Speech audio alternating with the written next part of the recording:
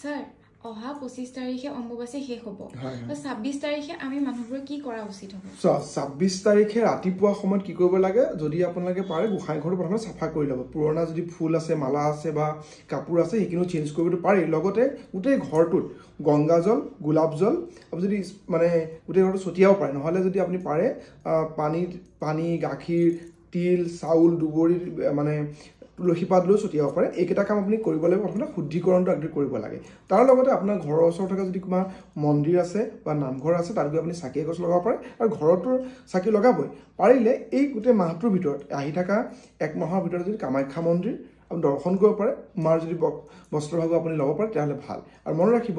অম্বুবাচীৰ শেষতেই অৰ্থাৎ 26 তাৰিখৰ পৰা গুপ্ত নৱৰাত্ৰি লাগিব গতিকে গুপ্ত নৱৰাত্ৰি যোনে পালন কৰে তেওঁলোকৰ কাৰণে ভিডিঅ' দিয়া আছে চাই ল'ব কি পালন কৰিব লাগে